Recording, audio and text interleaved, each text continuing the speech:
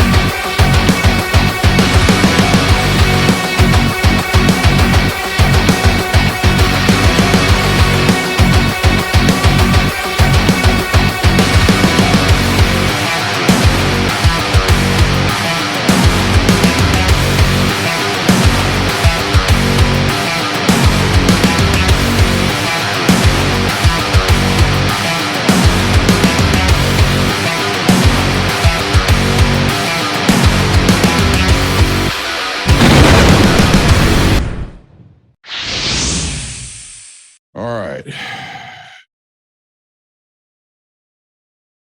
So here we are. Another day in insanity land, right? So Sam, how are you doing anyway? How are things in Dayton? Things seem normalish. People are still going about their lives very regularly. There's two sides I keep seeing, and not just with COVID, but also the unrest versus everything's hunky-dory type of crowd. And it's a tale of two cities, or you have That's a two good way of worlds. putting it. It is very much that way, yeah. What are you seeing? Well, so you go to a doctor's office, you're wearing masks, although, one doctor's office, the doctor took her mask off periodically because she was just tired of it. But, it's just one other thing is if you go to a chiropractor, their office, everyone has no mask. Now, the grocery store, it's been mostly maskless for several weeks, but I'm starting to see signs of people wearing masks again. And it's a lot of mixed messages, a lot of mixed understandings of stuff. And That's an understatement. Because no one knows how to act and people are just fed up. Well, yeah, they are. We've had a year and a half of confusion, fear-mongering, and there's still a lack of information about what's actually really going on. I should tell you something. Here we are a year and a half in, and they're still perpetrating what they call the noble lie in the medical, I would say the medical cabal, right? Our autocratic medical system. And I call it that because that's exactly what they're doing. They're actually breaking the Nuremberg Accords. You want to talk about fascist? That's fascist. Doesn't get any more fascist than that. In terms of Nuremberg laws, can you elaborate what you mean by that? Well, the Nuremberg Accords were developed to prevent the kind of testing, the kind of abuses that science in the medical field perpetrated during Nazi Germany and beyond, right? So they developed a series of international norms that became law. And among them is that you cannot test new procedures or new medicines on the public. And if people are going to be involved in a test trial of some sort, they have to actually be given informed consent. All of those things have been thrown out. Some might think it's radical, but I've been involved in this effort from the very beginning. So I can tell you the direction they've taken it is not only unwise, but I would say it's criminal. Now, there are a lot of people that will say that in DC off the record, and in scientific medical communities, but they won't go on public record. That should tell you something. Well, what you're talking about makes me think of, because for several years you hear reports of similar things going on in other countries, like developing world countries. It's just Africa was one example, if I recall. Right. Right. Well, it's problematic when you really think about it. Yeah. Well, let's just look at a few facts. Okay. We know obscuration was going on by the CCP. We know that the WHO was involved because of pressure from Beijing. And we also know the involvement of our current medical regime, and I don't use that lightly. I use it in the autocratic sense. We know who funded it. We know who was involved. If we just look cogently at the data, at the information, at the very least, you could say that there are those who are trying to cover their asses. And if you game it out and look at some of the folks that are conspiracy theorists on the other side of things, I mean, at least they're trying to figure out what's going on. And you can't call everybody that's actually digging up information and doing research on stuff in the scientific community, the academic community, and beyond a bunch of conspiracy theorists when the data is there. The data I use is out of the NIH. If they refute what I'm saying, well, they undermine their position because, well, they're the ones actually coming up with the crazy crap that they're telling the public. Sounds like the beauty of open source. Well, yeah. And the sad thing is, Sam, is that there are a lot of ways of treating this and mitigating the problem. But we live in a pharmacological, autocrat-driven bureaucracy of technocratic elitists. And it's lawlessness. There's a reason why I told you, if things kept going the way they were going in terms of just on the political side, that we might be wise to actually consider setting up a Nuremberg-like trial again. Well, now they've gone and broken the Nuremberg Accords. Let me explain what that means. What that means is they're actively engaged, right? They're actively engaged in crimes against humanity. Now consider what I just said. And consider the fact that I'm telling you this about part of our government. That should be enough to get people's attention. That's why there's no credibility, right? Because there's no justice, right? If there's no justice, if you're undermining the very foundations at which you govern, and what they're doing is something that is an old concept called the noble lie. They think that the means justify the ends. And that to save as many people, at least this is how they whitewash it. And there's a lot of folks that believe it that aren't involved in some, I'm not talking about some secret cabal. This isn't, but I will tell you, I'll tell you who has more credibility. I never thought I'd ever say this, but the conspiracy theorists actually have more credibility than the people that are calling them conspiracy theorists. That's sad to me. They've crushed our healthcare system and credibility in it. They're destroying our pillars of having any kind of judicial prudence, belief in our judicial system. They're making people sick. Well, the thing is, how do you define the difference between seekers of the truth versus conspiracy theorists these days? That's one thing to think about. Verifiable research is a good place to start, right? And another way, if people are actually being silenced, right, and censored, that actually up until this event were considered credible and were doing peer-reviewed scientific research and medical research and are still considered experts in their field, what all of a sudden only Darth Fauci and crew are the experts in the world? Really? You got to do a little due diligence on the man. The man's been corrupt for 20 years. The problem here is that, look, what's convincing about it to people, and I get it, it's the same thing. They really believe what they're doing is right, a lot of people, right? Well, so did the Nazis. They really believed what they were doing was right as well. Now, I'll tell you when I'm being hyperbolic, but I'm being deadly serious right now. I'm not saying this stuff in a vacuum. I can send you reams of data, and I can also send you stuff from the international intelligence community. They're seeing the same thing. So that should tell you something, that we have a problem.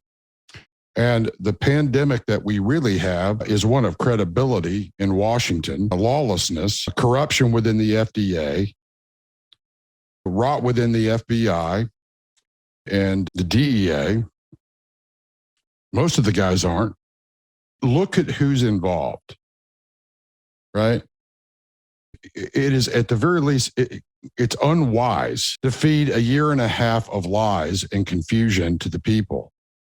And then when they get pissed at you and they expect to be able to at least have a conversation, where's the transparency and accountability on this? Yeah. You crush them and then lump them into a bucket diagnosis, because that's, we're going to use medical language. That's what they're doing. They're basically saying all of these people that were once credible when they agreed with us now are no longer credible. But yet, let's look at basic facts in medical history. Tell me in one scenario in history where the way that you deal with it is to turn everybody into a prisoner. Well, I could tell you one. I can tell you a couple. Like people believe in an idea? We are as CCP as a CCP is at this point and how they're operating in a lot of ways. The other thing is, you want to look at it from this point of view, all of medical history and science has been thrown out for their narrative. Okay? Mm-hmm. Now that's using their own database. I could see there being some kind of a conference of people who are putting all this information together where they just meet, summit or something. Well, they are online in many ways. There are a lot of people that are meeting and having conversations and virtually and otherwise. The problem is that you've got corporate buy-in. That's the corporatocracy part of it. Now, this is where it gets insidious. And this is where the conspiracy theorists actually, I really can't blame them for thinking this, because actually there's credible evidence in their favor on this.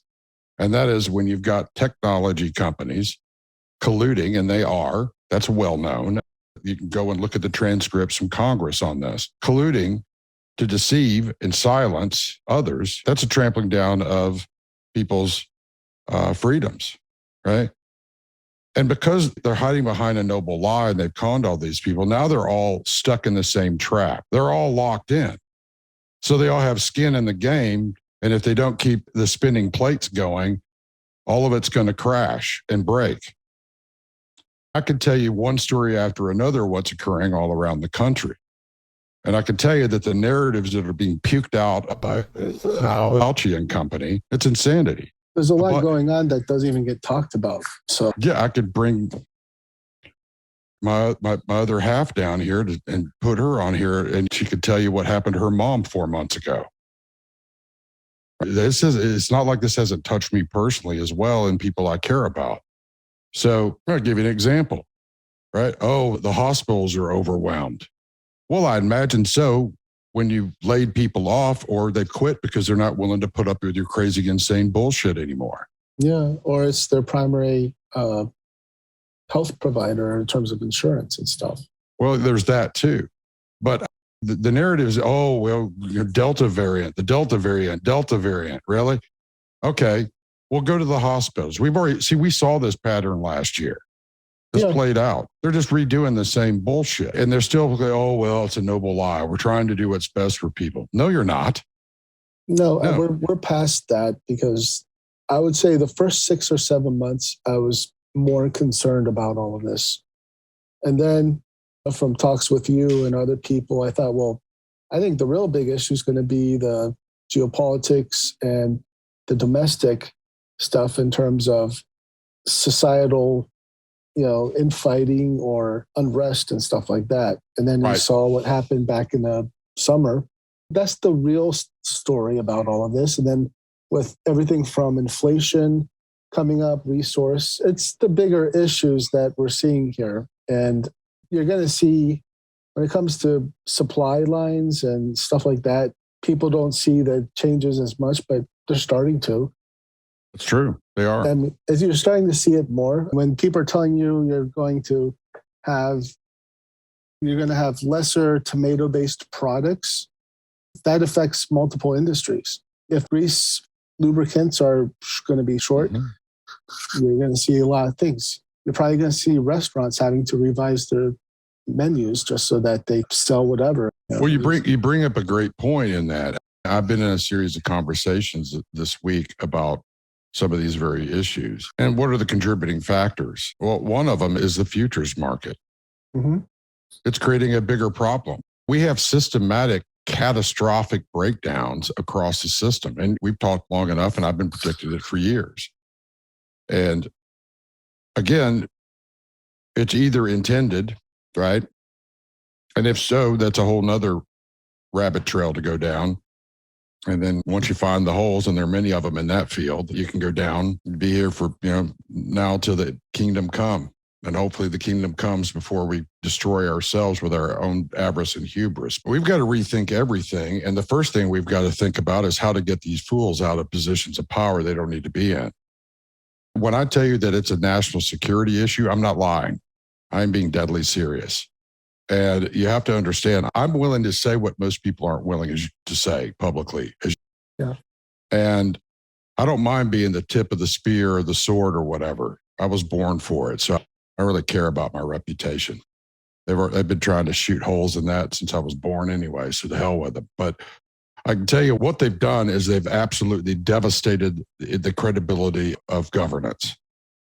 And they've done it in the name of state science. And again, a noble lie is only noble if it actually achieves noble results. Otherwise, it's just a fucking lie. And at this point, we know it's just a fucking lie. Now, is COVID real? Yes, it's real. Right? Is the data real? But they're still telling you it's the most deadliest thing on the planet. It never was. We thought it may have been in the beginning, but 15, 25%? No, not anywhere close. It's not even peaked over 1%. So, and we don't even have clear numbers on that. And if you look at the vaccines, to force vaccines on people and say, oh, well, they've been tested. No, they haven't. All right. If they have, then they're lying about how long ago they actually created them. And that means that all this, the conspiracy theorists are in fact correct. They're caught in a trap of their own lies and their own bullshit. And you have to actually look at it from a positional logic. Again, going back, if it's a noble lie, then where's the nobility in it? Because you're destroying the country, you're destroying the economy, and the real deaths that are occurring out of this, that's a bigger deal. Because now that noble lie has made you a compliant person involved in murder. Because that's what you're doing. And I can tell you that is the case. Here's another thing for you, right? This shows you how these fools work. Everybody's worried about whether the governor of New York, Cuomo, put his hand on the ass of some woman or funded her tits or something, right? But no one's talking about the 15,000 people that died because he put infected people into nursing homes. This is what I'm telling you, all right? This generation of leadership, in my opinion, needs to be arrested, and we need to put them into a Nuremberg trial publicly and show the whole country what they're responsible for, along with people in the private sector that are responsible with them. And I'm telling you, If the trajectory keeps going the way it is, this might be a good way to segue into Afghanistan and the Middle East.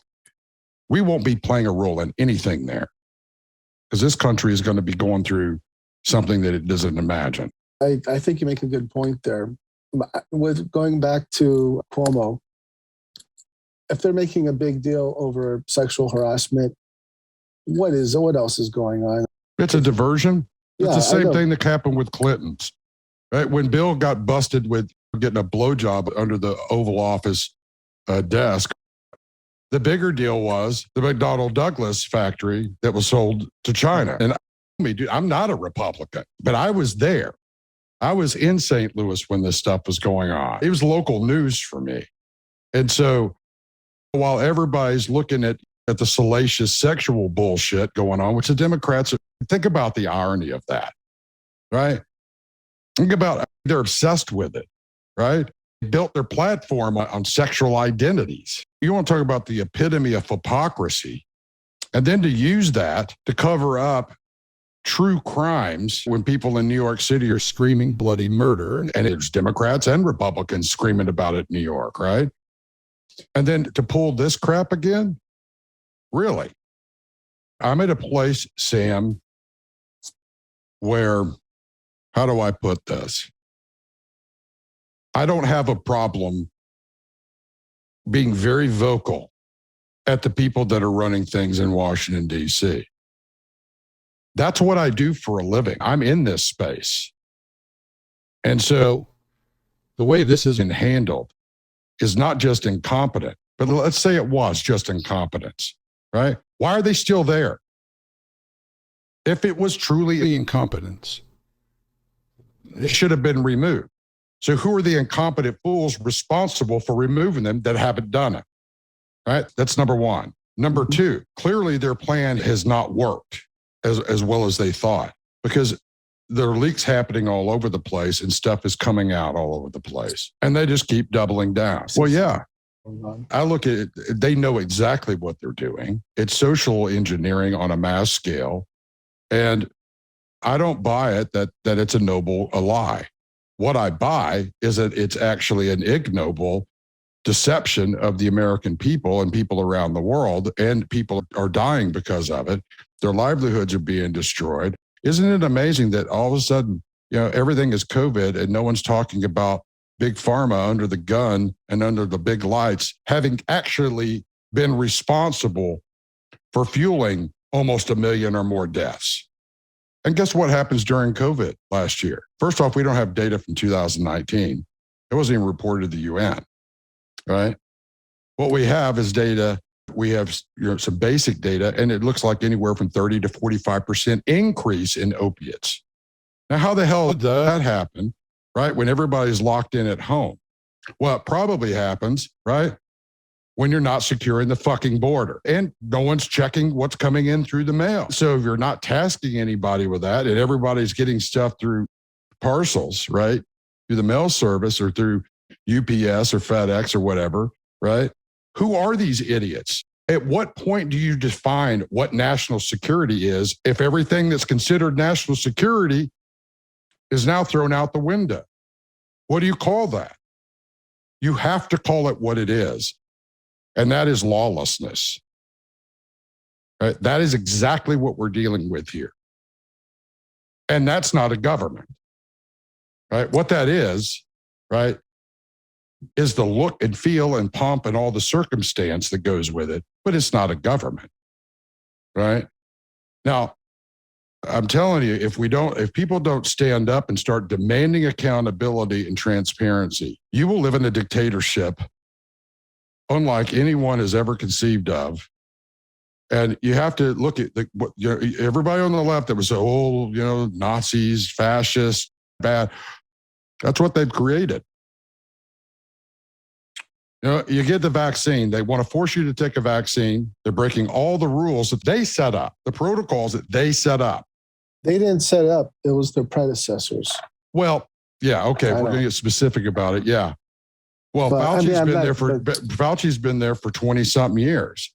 So, I mean, I thought it was more like, was it 30 or 40 or? Well, He's been in that side of the House, not the House of Representatives, but in that industry, in that side of things, his entire career. But to dismantle that stuff, right, is dismantling everything that protects the public. There's nothing noble about that. So I can't blame anybody on the right for going berserko with conspiracy theories when they're being silenced and blamed for everything and their livelihoods are being crushed. And on top of that, you've got these idiots demanding they hand their kids over to be vaccinated, and there's no informed consent. There's no transparency, right? And then they're getting the same thing from corporatocracy America, right? That is lawlessness. And at some point, you have to realize that you're going to have to establish a real government, right? So that the fake one that you have that's ruling over you and ruining the country and ruining people's lives and ruining the world and causing deaths, right, needs to be put on trial and dealt with. And one way or another, these are the options that you're at right now, regardless of what happens in the Middle East, because we're going to go there next. Oh, right? Yeah, I know.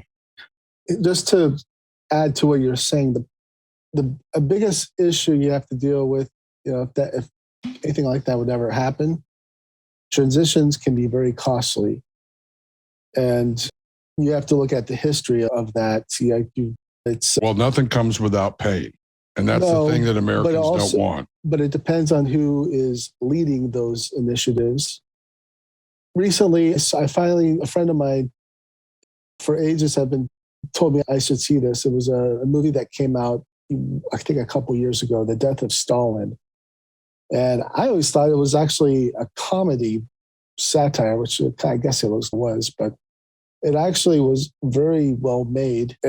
But they gave a really good idea of what it was like, the fear people had and the people that were killed, wiped out, both while he was solidifying power, but also while he had the power and all that. And they showed that throughout the entire movie. It was that, and there was another movie made in the 80s called The Projectionist that I really need to see. It's been probably 20 years since I've seen it, but I've always thought about it. Well, both of those I've heard about, and I've been meaning to get around to them as well. I'm glad you brought them up. You bring up a great point. How are you going to transition things if you are? Well, usually what happens is you don't get the kind of measured, manufactured order, if you can call it, that happened in Russia. But even there, again, you've got total control, right, over the society, and the people that have total control are knocking one another off. But you're also trying to control the mindsets and also the actual, the mainstream persona. I guess that's what you'd call it. Well, it's very complicated. And they didn't have the technology that we do now. The thing, and they weren't poisoning their own people with freaking heroin and applying them with everything else. Tobacco and vodka was enough for them. Well, you could still function even though your kidney's fried. Especially, that's the way you'd live in Siberia, having to deal with the gulags. Just if we could ask Solzhenitsyn, he'd tell you. But again, do you really, let me put it to you like this. When you have entrenched evil, tell me one time in history where it willingly let go of power without being forced out. Very rarely. Just one?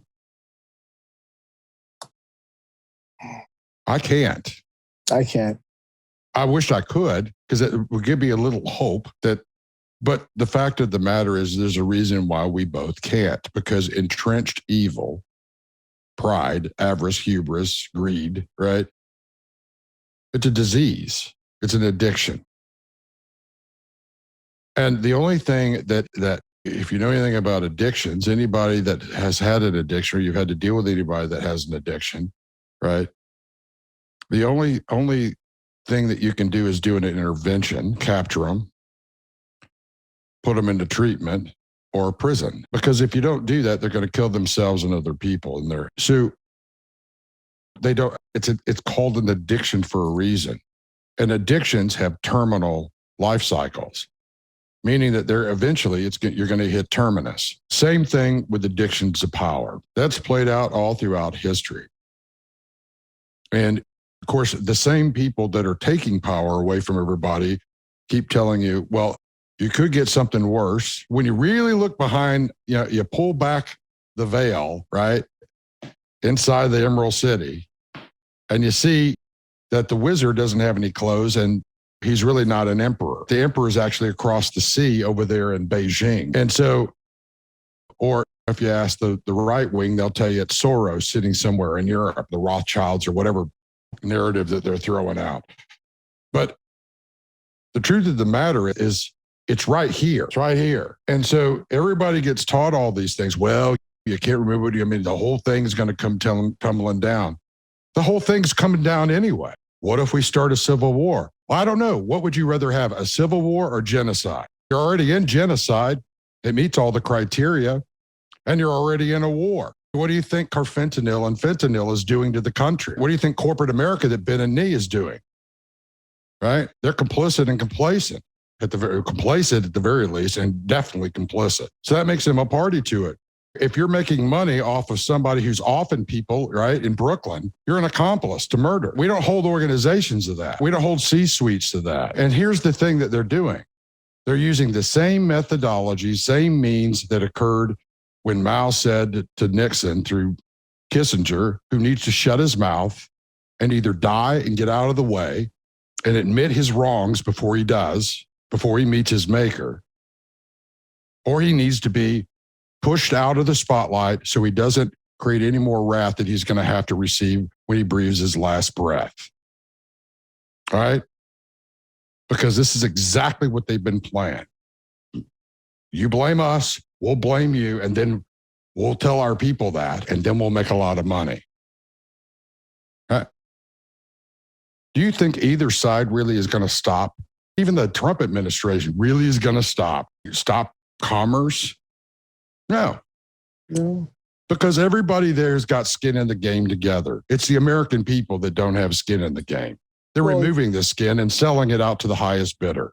Well, and they're restructuring the whole economy, the world economy, or the hell with that. National. It's all, but it's been, you're seeing all this stuff years in the making in terms of, if you look at commodities. Planned. That's right.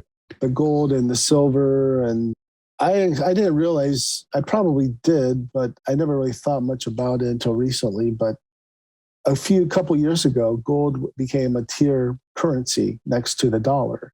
Mm-hmm. And so, I did know about it but I haven't thought about it for a good while. But you have to look at it from who's buying the gold, all these central banks are buying it. And you have Russia and China, they've bought a lot of it. Mm-hmm. And so. How much you think is in Fort Knox here? Well, some people have said nothing, and some people say, I don't know. I would not be surprised if it may not be very much. I don't know. I really have no idea. I would say there's probably nothing in there. Same way that the same people that did that raided all the trust funds that were set up for our infrastructure, and that would be Congress. Right?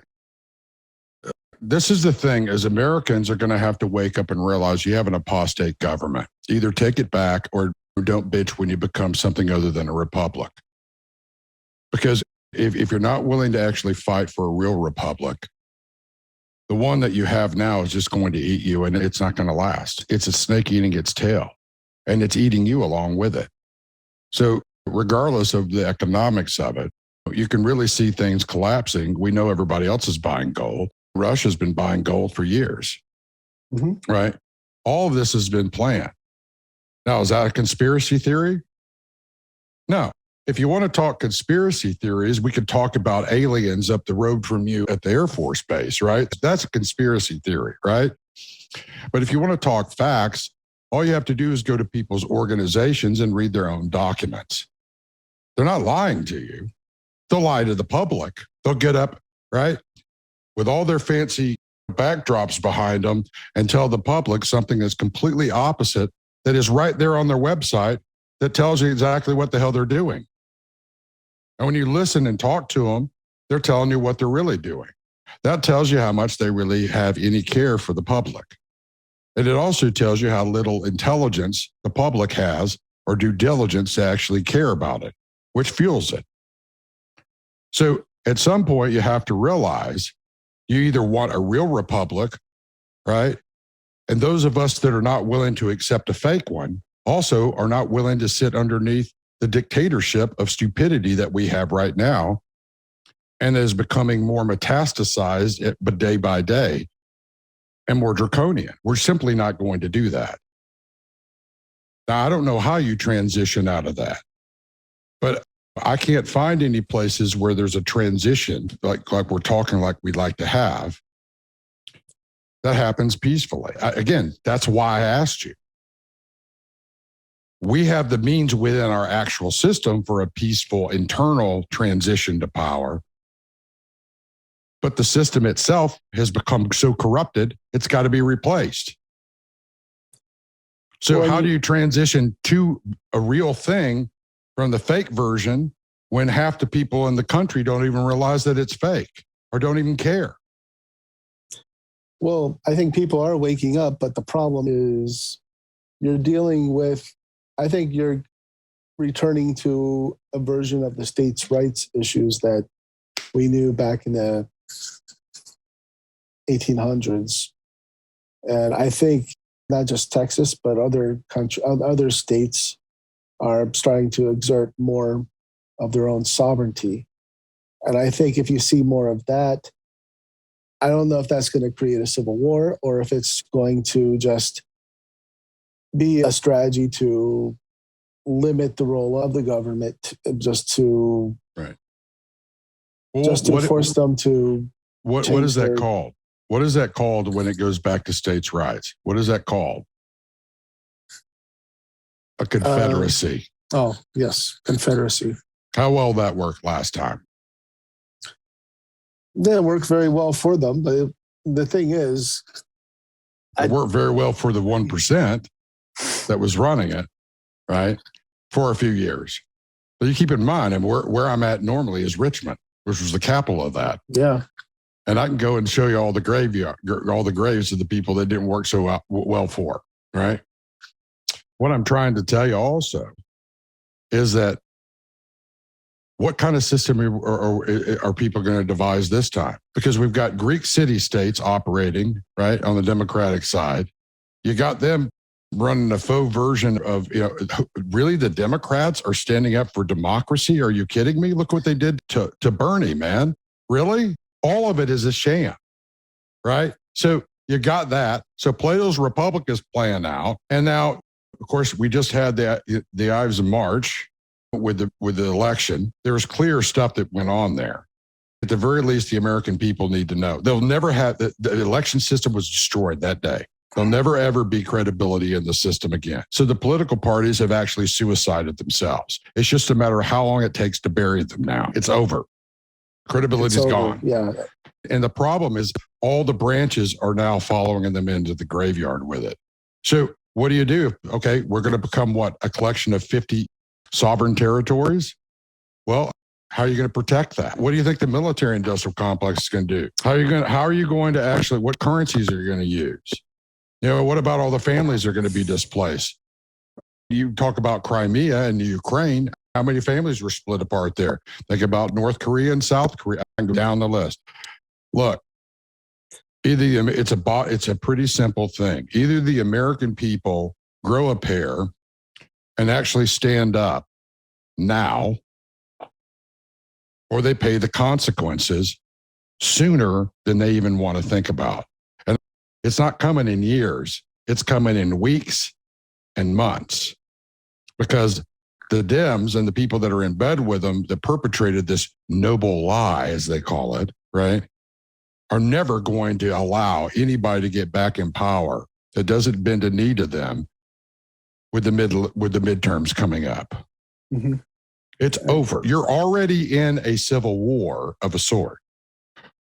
The hope is that it doesn't have to become a kinetic one, because the moment it becomes a kinetic one, it'd be more than just a civil war. You'll be fighting all your enemies as well, because they'll pick your asses off. Because that's the only thing that can destroy America is Americans, when they no longer can believe that America can work.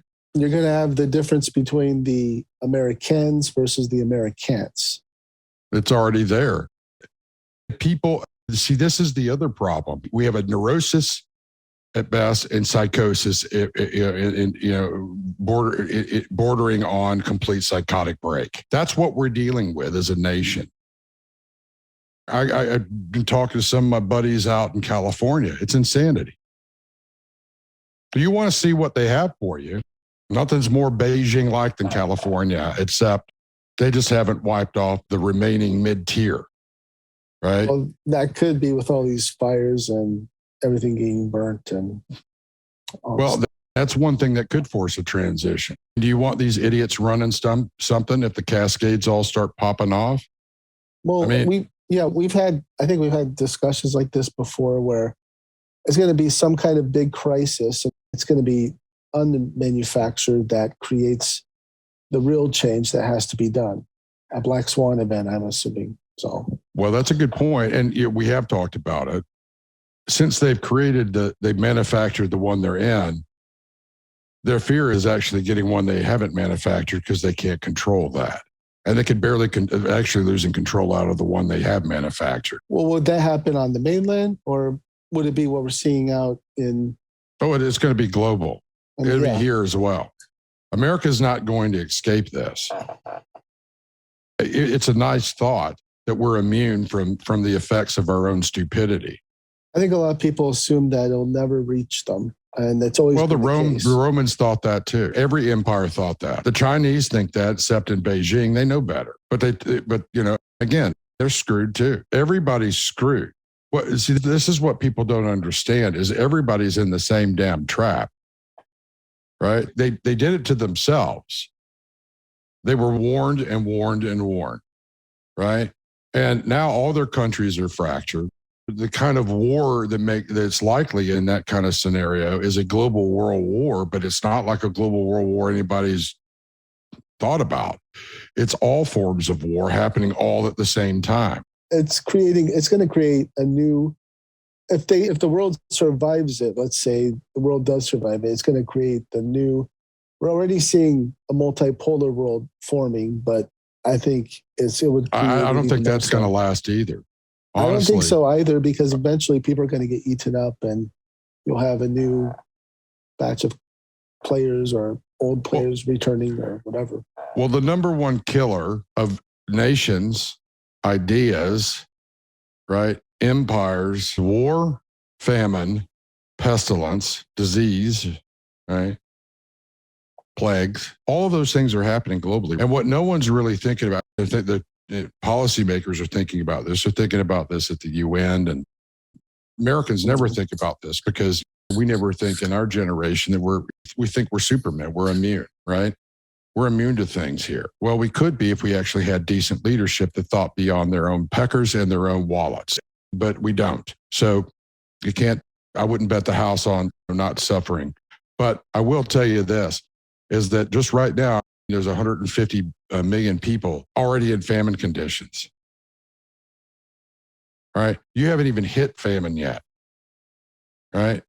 I remember how many times since we've known one another, I brought the event cascade chain up in terms of when you see these things happening, this is exactly what's going to happen. It is exactly what you're seeing happen. It's why I warned about it. And when you look at the complexity of human nature, and believe it or not, the people that sit in DC or in Beijing or in The Hague or anywhere else in the world, Moscow, they're not a pantheon of gods. They're human beings, and they're just as frail and vulnerable to fear, confusion, greed, pride, all the other stuff as anybody else. The history of any ruler. That's right. But see, every generation of people think that they're terminally unique. Now, notice I said terminally unique. Well, they are terminal, right? There's a 100% chance you're going to die if you're born here. I'm just telling you. I know people don't like that fact, especially the boomer elite. They think they're going to live forever, even if they have to download their asses into a silicon wafer somewhere. But even silicon wafers have a lifespan. So when you're really dealing with the world, you're living in an insane asylum in a world that's suiciding itself, and that includes almost all the nations. The trend lines on them are terrible. There's no way around it. And here's the crazy thing about it. They're all being led, right, by their own lies, their own pride, their own bitterness, their own greed. Right? They're all being led to their destruction by their own choices. How much time is being put other than, oh, it's climate change? The people that I can't stand this crap. The climate is changing, but not the way they're going to tell you, because they don't want you to know that they're making money on you. Or they're getting power from it. And they're getting power, because then if you figure out that you actually are what's being served for dinner, then all bets are off with their gig. Why do you think Elon Musk, he'll tell you, why do you think he wants to leave the planet? He's given up on things, right? Yeah. He thinks that he's going to be able to go to Mars with his other pals and start oligarch utopia world there. No, that's not going to happen. All this shit is going down before they establish anything there. Mark my words. One day you'll have a conversation with me and you'll say, remember when you said this? Could be just for one last hoorah, just to say that they traveled through space or... Well, I'm not against traveling through space, and I'm not against colonization. But maybe Earth, has been kept from doing that because it's been isolated, because until the virus of greed and pride and lies and all the other crap is dealt with, maybe we're the contagion to the rest of the universe. Think about it. We're fools, right? So back to the reality at hand. Where are we? Well, we're probably a few weeks away from the Middle East going completely sideways, because the narratives are already starting. They're already building the cases for Israel taking out the nuclear facilities. Now, that is not going to be easy to do. And I can tell you what, unless that is a combined effort by the United States, Israel, and a few others, and you got to ask yourself, you think Biden's really going to do that? He can barely put his own underpants on these days. Will his people consider that consider that? Probably not. And that's why I'm telling you that what you're seeing developing is exactly the scenarios I was telling you about, I was concerned about, going all the way back to well, it's kind of the same thing, the Obama administration. This is just put a 2 on the end of it. And that's what we have. The connection went bad. Oh, what I was saying is that what we have is really Obama version 2 administration. Right. And so how well they get along with the Israelis? Not very good. No. In fact, and to take on a task like that, right? If you're going to go, they haven't won one single war game. Not one. Against the Iranians either. You've got buffoons running this shit, right? We're worried more about wokeness in our own military, and your rank and file is about to walk. And here we may be on the verge of one of the greatest wars in history, which has probably the highest likelihood of nuclear weapons being used in the history of warfare. One of the most destructive times in history, and this is what we have for leadership, right? And this is what they're doing to our national security apparatus. And this is the kind of diplomacy that we have going on. And we've whored ourselves out to China. Really? Now, you start to see where I'm going with this. If Israel has to do this alone, you need to contemplate what that means. They don't have a fleet of B-1 Lancers that we sold them off our boneyard. They don't have B-52s sitting out. The amount of ordnance that it takes to actually remove the threat, right?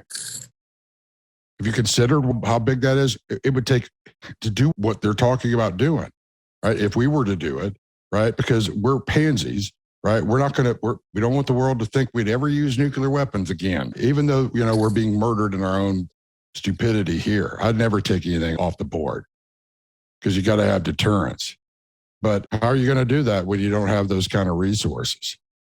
Well, the thing is, would you change your target? if that was the case, because if that was a limitation, wouldn't they go for another target that? No, what I would use if I was Israel is I would use nukes.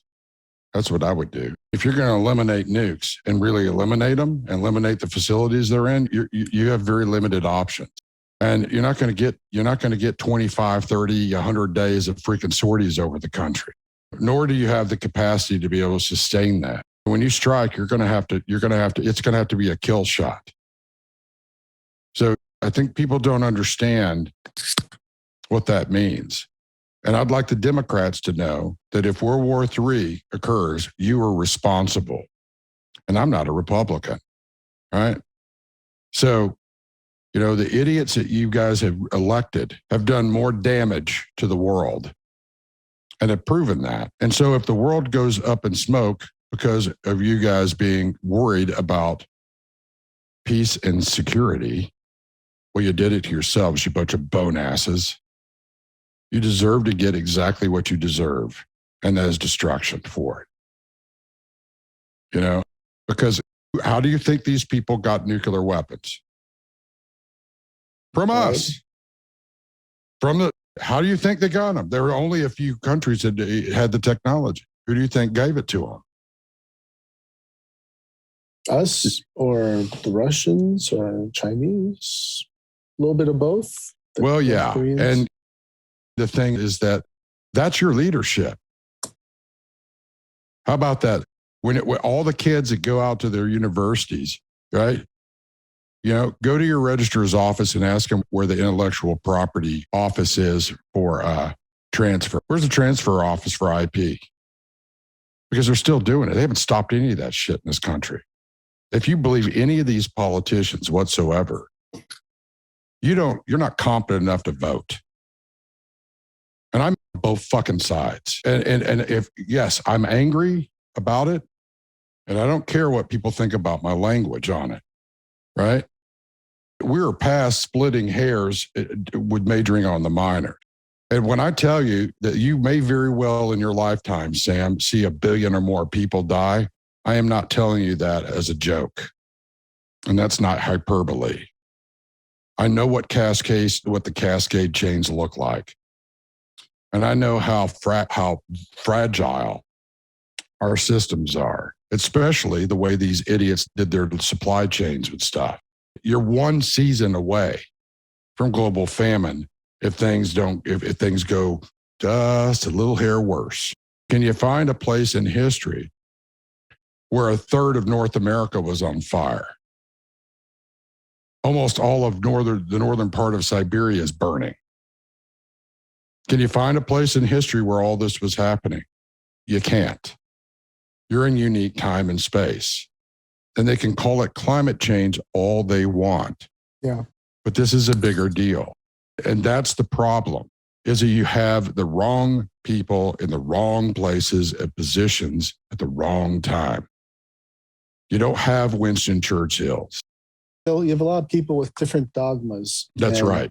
And one thing I have learned from the climate change people or sustainability, there's people who actually care about the actual changes and the things to help people, but there's too many people caught in the dogma that really impacts their thinking. And as long as it makes them feel good about themselves, that's all that really matters. It's a very selfish thing. And they'll feel that way all the way until they die in the calamities to come. And it's sad. And I know that sounds callous, but I would have said it without any emotion if I was that callous. There's a reason why I'm this frustrated and pissed off about stuff. How many times did I tell you about the planning I did over the course of years for water infrastructure here? Right? Yeah. And that's been declining. People have known. They won't do it. I didn't realize until a few years back that the water levels were a lot lower throughout the country itself. Well, yeah. And why do you think you have the fires going on the way they are? Everything is being mismanaged. There's a concept in the Bible. I think it's Revelation 9. And ironically, it's 9/11. and it's the king of the abyss, right? The prince of the bottomless pit that comes up. And his name is Abaddon in Hebrew and Apollyon in Greek. Both of those mean destroyer. That's essentially what you have running stuff. Because that's what happens when people are in denial of their predicament. And nothing has done more damage. They have suicided Western culture, right? They've put a bullet in representative democracy. The folks that may see or hear any of this that we're talking about tonight, if they don't wake up, and the time is, and I'm talking soon, right? Not 5 years from now, not 3 years from now, but in the next weeks and months, if they don't wake up, they will grow up in tyranny. They will never, ever see freedom on the face of this planet again until it burns. I'm just telling you, that is not unlikely. Look at what's happening in France. Look at what's happening in Australia, right? This is the free West where freedom is, the Western culture, Western liberal democracies. It sure as hell looks like a tyranny to me. Tyranny, but it's that perceived crisis mode that I keep seeing, that they have to do this or that, or else it's the end of the world type of thing. Well, there's a reason why it is, Sam, that we say things like the leaders, right? Where the leaders have no vision, the people perish. It's because of the decisions that leaders make when they don't have any vision to see past it, when they don't understand what's going on, and their pride blinds them to it. And pride creates the conditions for them to fall because they get blinded to their vulnerabilities, right? The other thing that we talk about in a biblical framework, and this is why I can't believe the church isn't more up with this. What the heck, man? You would think they would be. This is their own worldview playing out. Yeah. Right? So one of the things that was predicted is leaders lording over their people. This is happening all the way down to people's freaking neighborhood PTA meetings. Yes, it is. What kind of society doesn't have the balls to stand up when you have people that are lawlessly demanding you hand your kids over, hand their flesh over, not only to be taught lies, but to be vaccinated when we have clear data, one, that they don't need to be vaccinated unless they have a very small list of very bad problems, right? Yes. Otherwise, the data says they're actually getting sick. We have new data from Israel. 20 to 29-year-olds that are vaccinated are getting sick, and seriously sick, like with permanent damage. So which came first, the chicken or the egg? COVID or the vaccine COVID, right? Again, it's madness. And so what you see in France, in the UK, right, in Australia, you're going to see all over the place. Well, go ahead, man. You have very little emphasis on just the treatments that if people get treated very early, they'll be fine. And, all these treatments, the hydroxy and all that good stuff. Quinine, basically, hydrochloroquine and ivermectin. And I mean, the irony is that there are all these options.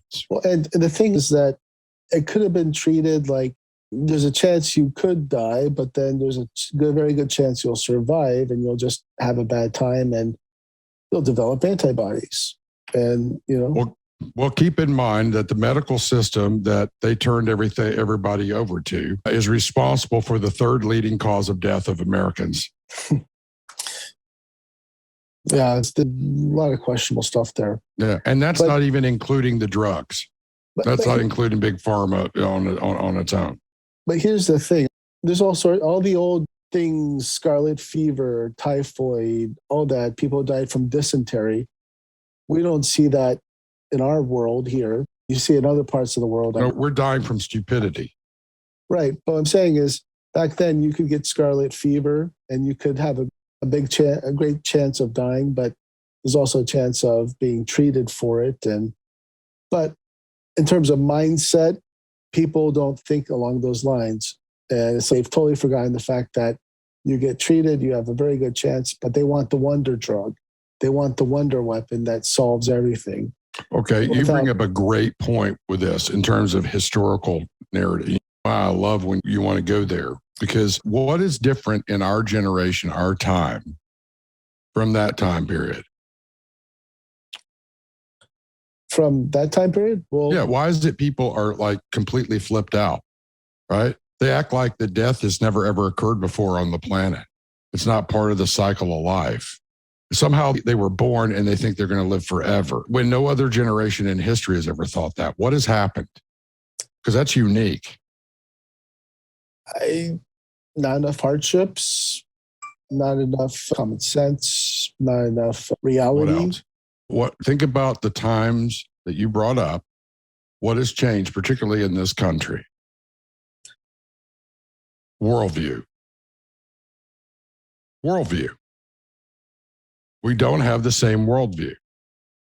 We don't have the same foundations. I would say. What's that? Foundations, yeah. Yeah. Yeah, definitely the foundations, yeah. So because we have that problem, these kids haven't been taught anything except to rely on technology and government. That's fascism. That's pre-World War II Germany. And that's a global culture. What is that? Where's the nexus of that? Where's the heartbeat of that glorious utopia? It's Beijing.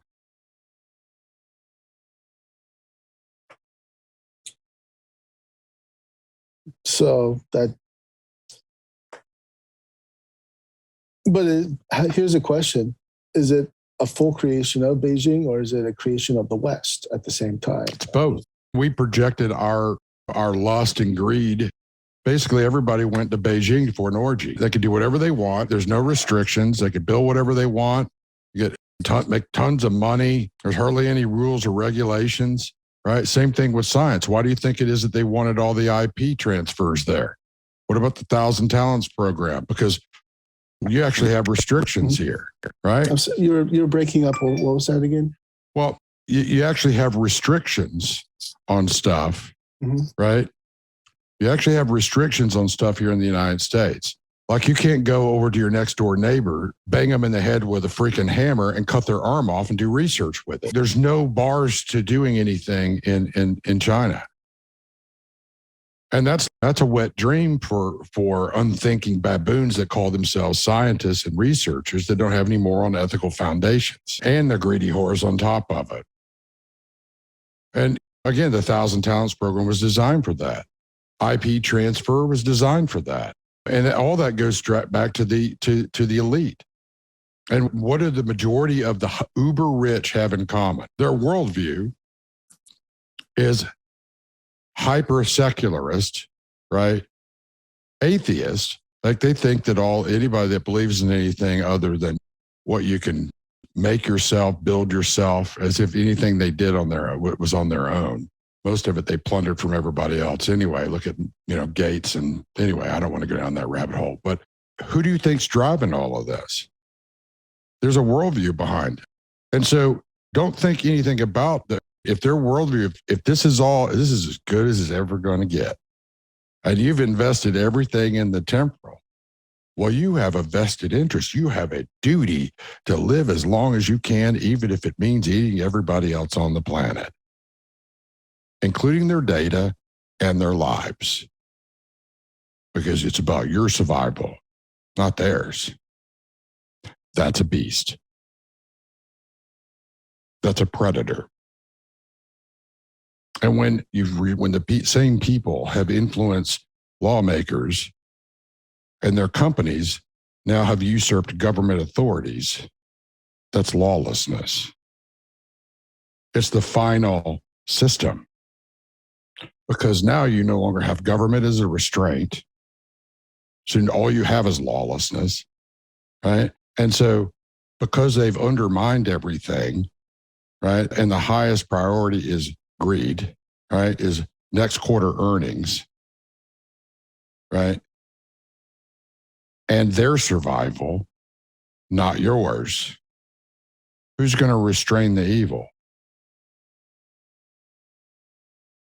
You're seeing it happen in front of you right here in America. If you're living in a corporatocracy, is it the market of evil and good? Yeah. There is no good. That's my point. If you want to see what market forces do, you're watching it happen in front of you.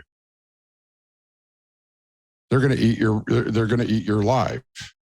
They're eating your fellow Americans, whether they're being herded into boxcars to be tested on, or they're being herded into their houses to be tested on, and all their data plundered from them. It is the same damn thing in the end.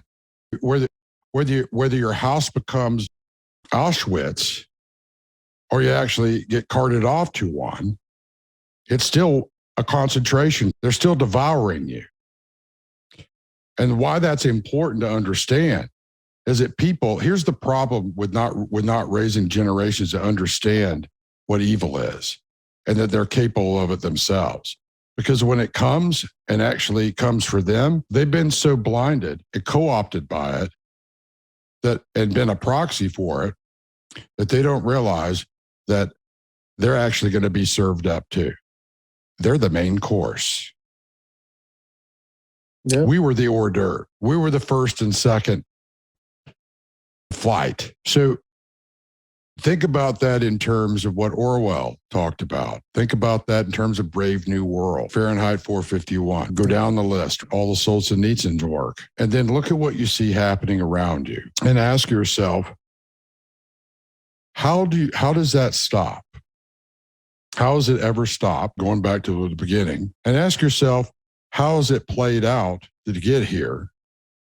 And then look at Afghanistan. Look at what they're doing there. They never intended, the people that made the decisions, Sam, never intended to do the right thing.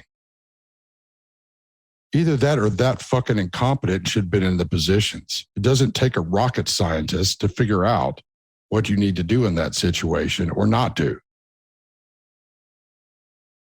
Well, and the thing is, back then, they had all the, you could say they still have all the extras, the high-tech weaponry and the money, the financing. Yeah, a lot of good it did, huh? Yeah. Yeah. If you don't use things properly, it doesn't matter what you have.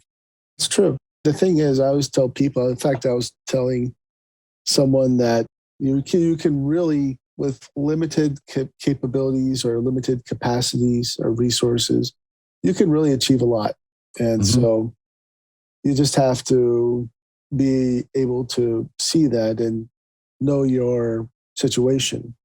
And the people who I told that to, they really didn't seem to see themselves in the manner that I'm seeing them as, in terms of you're trying to assume this that has already, a lot of work has already gone into it, but you haven't thought about what has actually gone into it. You're just trying to claim it or latch on, but without having putting much work into it. That's something entirely different. But well, let me concept on that, putting a lot of work into something. How much work has been put into Afghanistan? A good amount. Yeah, 20 years worth plus, if you include all the backstory. Honestly, I know a lot of money went into building infrastructures and capabilities, but there doesn't seem to have been, if you stabilize this area, you have to have a long-term plan to keep it functional and adjusting to the new system, whatever they were developing. They didn't even think that far. I could parade a bunch of people on here that were over there, both in the military, intelligence, and support roles and everything else, and business and NPOs, NGOs. I can tell you, they were never allowed. The most competent people were never allowed to do why they went over there. And again, you have to ask yourself why that is. Because if you can answer that question, you can see why all this is going to go down. And you can start seeing the insidious nature of evil. And that there's no such thing as nation states as but anymore. Those are just facsimiles to pacify everybody right now. Mm-hmm. They've already dissolved them for everybody else in the elite and the people that for transnational global corporational structures. You think those people play by the same rules? No. And that's why I'm trying to tell you, it's like the people that scream on the right about socialism. We're going to have socialism. What the hell do you think you have for corporations already? Yeah. I'm not for any, this is what I tell them. I'm not for socialism either. That's why we've got to cut all the crap that you've been doing. And that means that you're going to lose a lot of your money. Oh, they don't like that because everything is put on the back of the people. That's not a government. That's a government that deserves to get the guillotine or have a Nuremberg trial, like I said earlier, and be stood up against a wall. I'm pro-choice. Would you rather be hung or would you rather have your head blown off? Oh, we forgot you like shots. We could do lethal injection. What amazes me is that no one has any conscience anymore in this world about justice. They talk a lot about it, but when it comes down to actually fucking doing it, there's no backbone. People even talking about it anymore because I know all they talk about is COVID and critical race theory now, And that's the issue you're getting because people, I don't know, it's from a cognitive perspective, I think people have forgotten those basics that I think they threw them away. And that has been a pattern in history. That's why it's not hard. I don't have to be Nostradamus to actually predict what's happening. They tell you what's happening and they tell you what they're going to do. Is it any one? They're using the same playbook, Sam. I told you that. When we originally talked about had the Afghanistan, Pakistan conversation a number of months ago, we talked about, I said, get all in or get all out. That's the way it should have been on the front end. Well, this government never does anything 100% because there's no money in that. You got to get everybody into the trough. The sow's got a lot of tits that need sucking on, and that's bureaucracy. We don't call it pork barrel spending for nothing. Ever seen a sow? My grandpa raised pigs. I used to get in trouble shooting BB guns at them. They're huge. Well, since Cuomo loves tits so much, he probably should get him one. They're lined up with them, and they're huge, like 500 pounds. I'm not even going to take that anywhere past that. But the point I'm making is that's Washington, D.C., right? That's everybody is in the trough. We don't even have a private sector really anymore, right? Other than that the private sector has gobbled up DC. DC is a giant money distribution machine. It's like an ATM, but, it's spitting out everybody else's money. So we don't have any money in it. You know what? It was never like that. No, like all the money and the financial stuff that came in, that was, would you say that started coming in more like 12, 15 years ago? And I don't remember so much. I think in any capital, right? Any concentration of worldly power, political in this case, you always find all the other stuff. The scale of it and the brazenness of it is what has scaled. And I'd say that has really increased since the Clinton administration. So trying to compete with New York. It's hard to do that. And that's, what do I call New York? The whore on the Hudson. What do I call DC? The prostitute on the Potomac. There's a reason why I say that. The same reason why it is I say we need to set up a Nuremberg trial. They've only proven it. They're breaking the Nuremberg Accords. I didn't invent that. I didn't tell them to do. I'm not writing the script. It's an observation you're making. Well, I know where it goes. You can see throughout history and what human nature does, where it eventually goes. And unfortunately, it's that obvious. I can tell you where Afghanistan's going. Right back where it was before, after everybody tramples it. You think China's going to be able to tap the Taliban? No one gives a damn about the Taliban, and the Taliban doesn't give a damn about anybody else. As long as they're whores too. Whoever's going to give them money, and then they'll still turn around and kill them. But you see, China, like I said, wants that link. Well, we did the work. We did the footwork. If we're going to do the footwork, we're not going to go in and fully do it. Well, you know what? Tell you what, why don't you get your chink asses in there and do it yourself? Right? Why don't you get off your lazy asses in Beijing, take your asses in there and expend your blood? Since you're so, vigilant about how many people you have and how willing you are to sacrifice them. Why don't you build your ass an altar over there in the middle of Afghanistan and start sacrificing your people? Let them see what you really are. Right? Why should we continue to spend money there?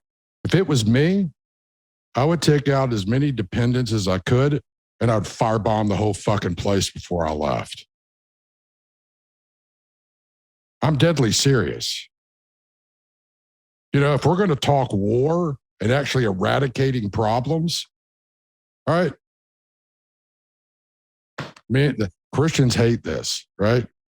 Because it's bad PR, right? You're not going to fill your mega churches up if you talk like this. But people forget the word of God. They'll say this, right? The word of God's the same yesterday, today, and tomorrow. Hallelujah, praise Jesus. And when it comes down to actually putting skin in the game and standing up for stuff, my brothers and sisters are all over the world. Why did our policies reflect that in DC? So what? We'll spend $1 trillion in a place that actually crucifies and kills Christians, keeping a bunch of pedophiles.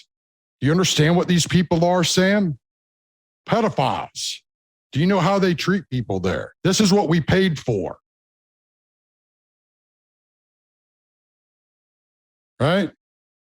Yeah. This is people sacrifice their kids for. Right? So they could go and fight over there to protect a bunch of fucking predators and pedophiles and fucking scorpions. If this country doesn't actually give a damn about its own children being wasted like that, it does not deserve to be a country. And when you look at what's been done over there, Karzai is an idiot. Right? Do you realize most of the people they trained in the military can't even fucking read? How do you expect those people to run a machinery of a modern warfare to go and fight the Taliban? They knew that shit from the beginning. The American people have been fucked. And they've been fucked by people that also used to have stars on their shoulders. It's never been about doing the right thing. It's been about money. That's why I have such a brutal, bitter, resentful, angry perspective towards leadership in this country. They have zero credibility with me, whether it's foreign policy or domestic. So who's going to crowd in there? Well, China's going to get their way for a little bit. Aren't you glad? Aren't you glad? We spent $1 trillion, and this is what you get. You should have just gone in and finished the linkages like we were talking about from Pakistan all the way up into Kyrgyzstan. Well, just built it for them. Here you go. This is our tribute, O Lord of Beijing. Right? No, bro, I can't believe how some of I remember hearing people brag about their work in Afghanistan. The people that actually really did shit in Afghanistan, I tell you exactly what I'm telling you. Whether you're talking to special operators, special forces, regular troops, Marines that went in, guys who were there to actually do stuff, to fix stuff, to try to make the country better for everybody. Again, Washington, D.C. is a sham. And all the other nations that bought into all this crap together, and they all hoard themselves out. And what's going to happen? Really, we're putting 3,000 troops here. Why don't we just rerun? Why don't we just rerun Saigon all over? Yeah. Right? Because that's what's coming next. If you want to know, we're not going to remain in the Middle East. Right? All that we have there is just basically sitting there will be overrun. All it's going to take is a single-day Tet offensive to take out all our capabilities there, other than what's in Bahrain and Qatar and all that. So who are we fighting for and for what purpose? What are the objectives? What's the foreign policy? Do we need oil from the Middle East? Oh, well, it's to save the petrodollar. Fuck the petrodollar. We would be just fine without it. If they want to be an empire, put the gun to the rest of the world's head and say, show up with, we expect all your gold to be here, right, on pallets in freaking 24 hours. At least have a backbone. At least be a good lawless one. At least be smart if you're going to be an evil motherfucker. At least be good at it. At least be good at it. They're not even good at it. They're not even clever. If you're going to be that degenerate, at least be mildly creative with it. It's unbelievable how stupid we are. And that's why I don't have, my tolerance level is gone with this stuff. I'm tired of saying, well, this is going to happen if you do this and they do that. And then all these things happen. And then they just pointed everybody else where it's their fault. He did it. They did it back there. Oh, those folks over there. Oh, got to blame them. No, you did it. Well, it's time for some people to start paying some fucking prices with their own skin. Well, I think we might see that at some point. I think you're going to see it in weeks and months. Because when you start seeing leaders getting their heads splattered against the walls for pulling the kind of shit they're doing with people's kids and making the decisions they're making, then you'll see it start changing. That you'll see that. I think the people who have been, quiet but observing, I think there are people who are waiting for them to just, humiliate themselves. Yeah, humiliate or just self-destruct. Well, and I can understand that can be a prudent thing, but what are you going to say to my woman upstairs about her mom? What are you going to say to the people who lost kids and stuff while everybody was sitting on their asses? Right? Because all that stuff's going to be made in accounting for. Again, it comes down to it. There's a point at which you have to say, you know what? Maybe we ought to take action. That's why I ask, what are the acceptable losses of civilians here in the United States? 500,000, a million, 2 million, 20 million? Because we're already past million. And I'm not even talking about COVID. We have no idea how many died really of COVID anyway. Yeah. We know a lot of people died of medical malfeasance. And what? At what point? It's like looking back. Sam, put yourself in the shoes. Say you're sitting in the White House with FDR, right? When do you think we should jump in? When do you think we should actually make the move? When they've killed, 2 million Jews? I think the magic number is 6 million Jews. Then we'll jump in, right? How about all the people that Hitler killed versus Stalin and Mao? At what point are you keep in mind, right? Mao killed all those people. Mm-hmm. It wasn't even a decade. It wasn't even 5 years later. He had already started reaching out to us, and we've been over. That's what a bunch of whores we are. Yeah. And then we're going around for the last 50 years talking about liberal democracy. Hurrah, go America. Team America. Fuck yeah. How about getting a fucking goddamn clue about your foreign policy and your domestic policies? Right? So then we have COVID. Right? I'm still having to tell idiots in DC, right? Where's your FAR UVC? And then they're going to pull this stuff and want to do vaccines and force the military? Really? Well, I think I've heard that before. Wasn't that? Oh, that was Tuskegee, wasn't it? They forced that shit then too. Dude, this country is done. If these people do not wake up and do not stand up for something other than their selfish interest, it should burn, along with all the rest of them. And I know that sounds completely terrible, but it's better if you could pull the Band-Aid off 1, nanometer at a time over the course of a month, or you pull the damn thing off at once. If we're going to collapse the thing, let's get it over with. Blow the fucking supports, get the thing out of the way so we can rebuild something instead that actually matters. That actually has something that has some substance to it. Because this country is a ghost. It's not what it purports to be, and all the rest of them are no different. Problem is, there's a lot of problems that go along with that. I think, imagine what Russia was like after the Soviet Union fell. You had major economic crises. You had people not getting paid. You had soldiers not getting paid. You had police. You had a lot of scandals in the banks over there that where people's money in their accounts were stolen or all this stuff.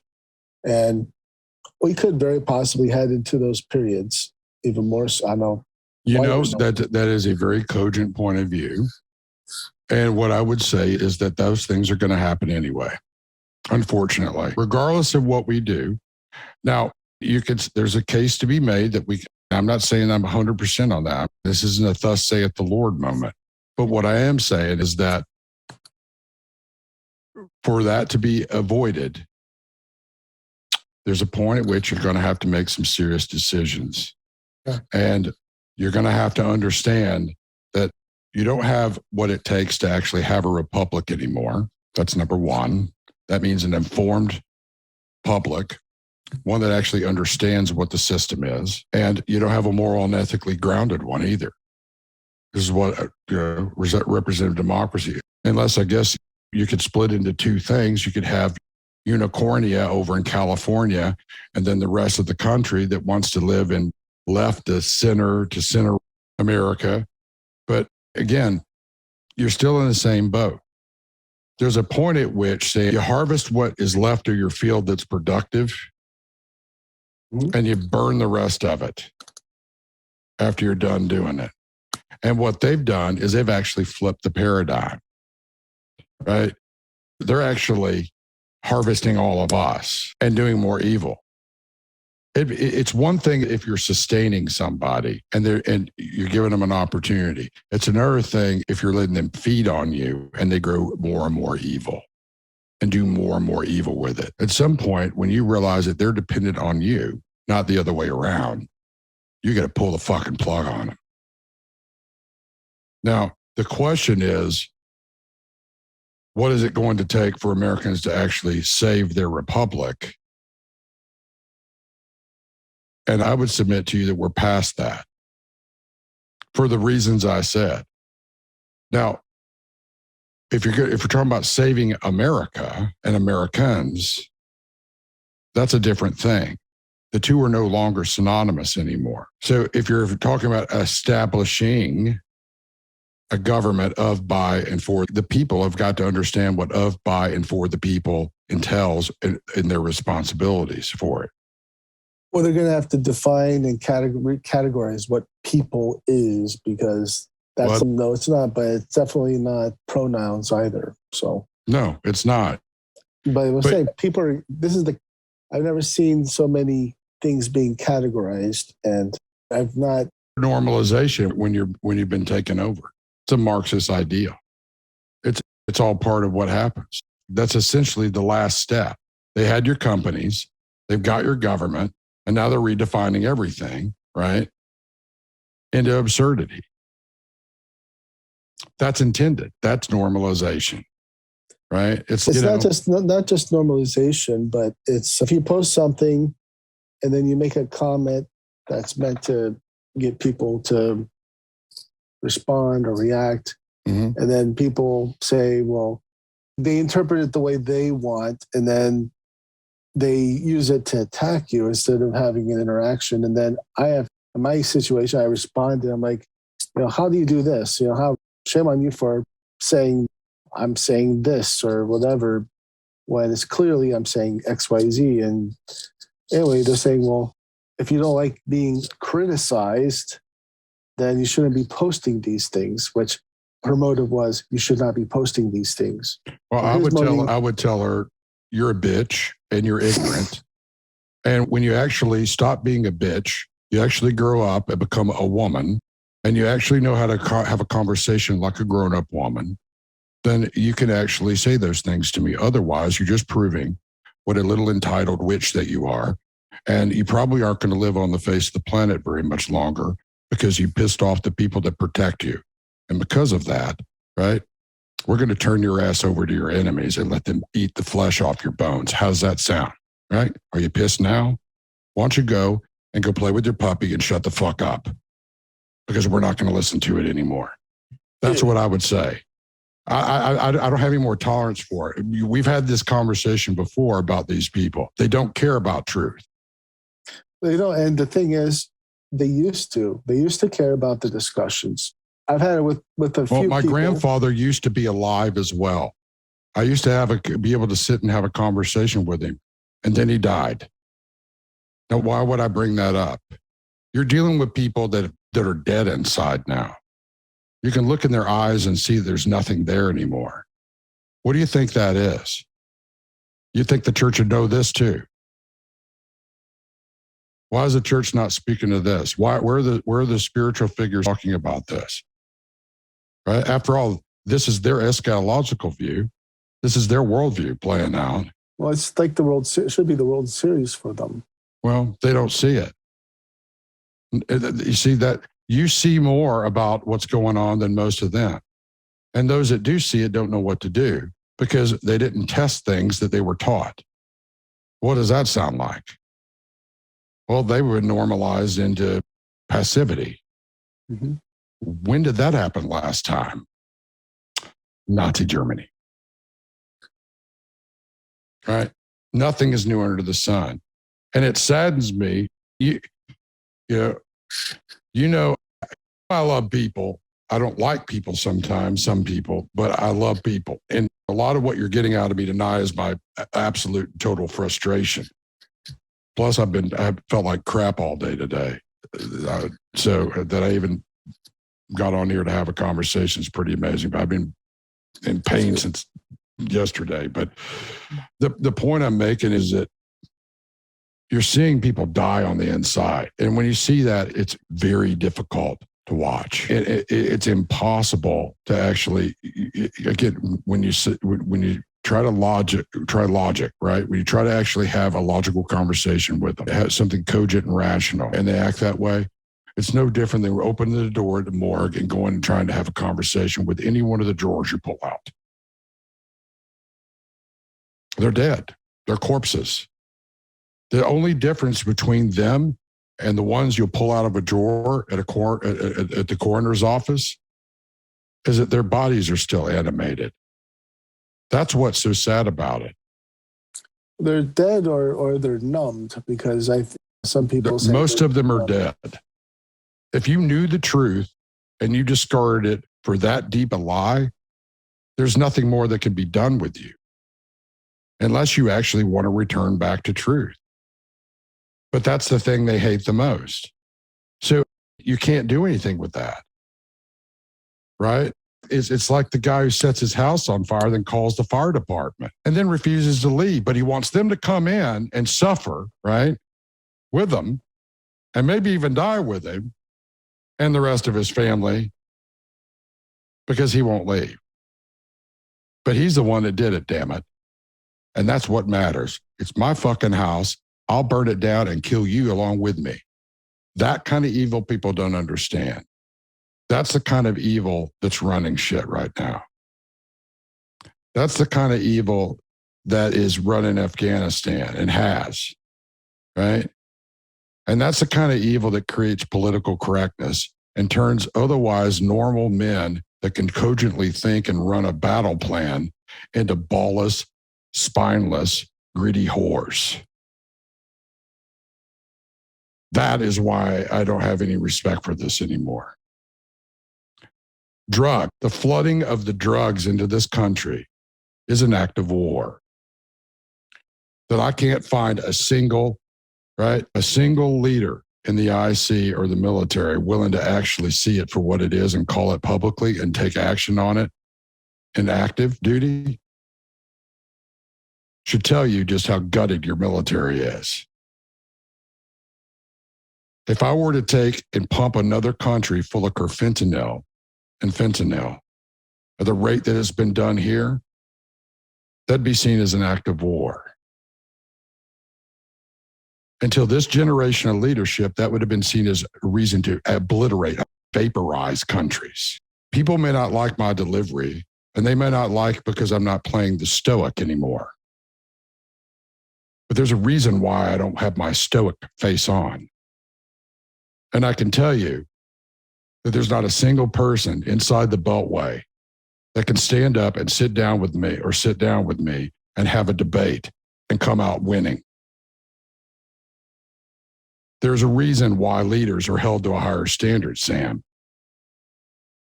There's a reason why, you can't claim justice while you're creating more injustices without actually bringing justice upon yourself. If this country was about actually doing justice, it wouldn't be facing what it's facing. We're good at talking about it, right? We did not stand on our principles. Don't get me wrong, I love the country, but I will not worship it and I will not whitewash it. And I'm disgusted by what we are. I'm embarrassed by what we are. I'm sickened by what we are. And on top of that, I realize that if God were to wipe this country off the face of the earth, he would be perfectly just in doing so. After all, that is our history culturally, is it not? If he doesn't care about justice with his own people, then why is there justice at all? If we're not willing to be what we say that we are,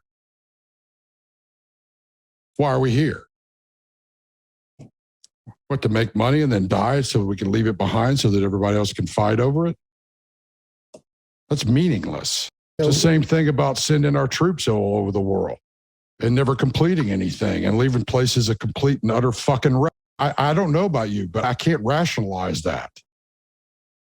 I know how you can make rational decisions that don't seem very good. You can get you look at the Cold War. Okay, do we fight proxy wars or do we just everything wind up a giant cinder? Right? I can see how you can self-justify stuff, right? But 250 million people died while we were playing that game of chess with the Soviets. Do you know how many people are going to die now? A hell of a lot more than the last century and all the wars combined, which, by the way, we've lost more to opiate crisis than all the casualties we took in all the wars in the last century and the one we're in. Let that sink in. By double. And our own people did it. Our own leaders. In cahoots with other. What, we can't stop that stuff? No, they didn't want to stop it, Sam, because there's no money in treating root causality. You have a corrupt government. It's going to pay the price. The only thing that is in question here is what is it going to cost the rest of us?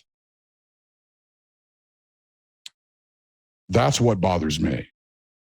That's why we could sit here and I could go through all kinds of scenarios about the Middle East and Afghanistan all over again. Everything that we've already heard. I've already told you what I know. It's happening exactly the way I told you. It saddens me to tell you that. I wish I could get on here and go, we've had some changes, right? Things have moved in the right direction. It's not. I feel like a doctor that is in a real pandemic and I have no means of treating the patient.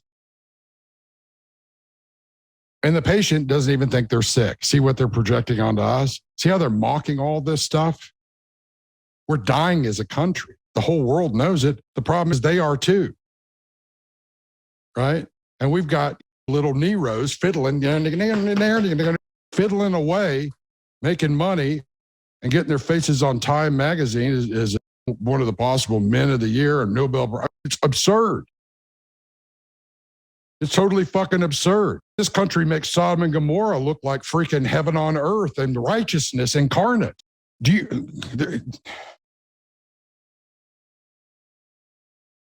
It's maddening to me that this could be different, that this could be fixed, Sam. It's maddening. It's maddening to me that the only way that might even be possible is that this country have to lose everything and never have it, or at least in our lifetimes, never vote again. But I don't believe in a republic anymore. Not in this people. How can I? When you look at the 50 years, at least my life since 1969, just look at the history. Look at what our own people have perpetrated on Americans. We've killed more people than Mao and Stalin. Here. Wait, you're saying more than, Okay, let's add up some numbers, right? yeah. So how many Stalin killed? How many? So the numbers with Hitler, 6 to 10 million, right? And then you add up the numbers. They're not sure because they never are really sure with China, because China's been a liar from the very beginning of its existence, including 6,000 years of history, almost 6,000 years of history. What do you think 65 million babies in the womb are? Okay, yeah. I see what you're Okay. saying. What about 250 million people killed in proxy wars, which I split that with the Soviets. So at least we've got some company in that misery. 250 million in proxy wars. What about the drugs? Start adding up the numbers of that. Right? Well, we can go to space. We can go to Mars, right? We could track your ass so that make sure that you've taken your vaccine, but we can't stop a kilo from coming across the fucking border. Are you kidding me? Right?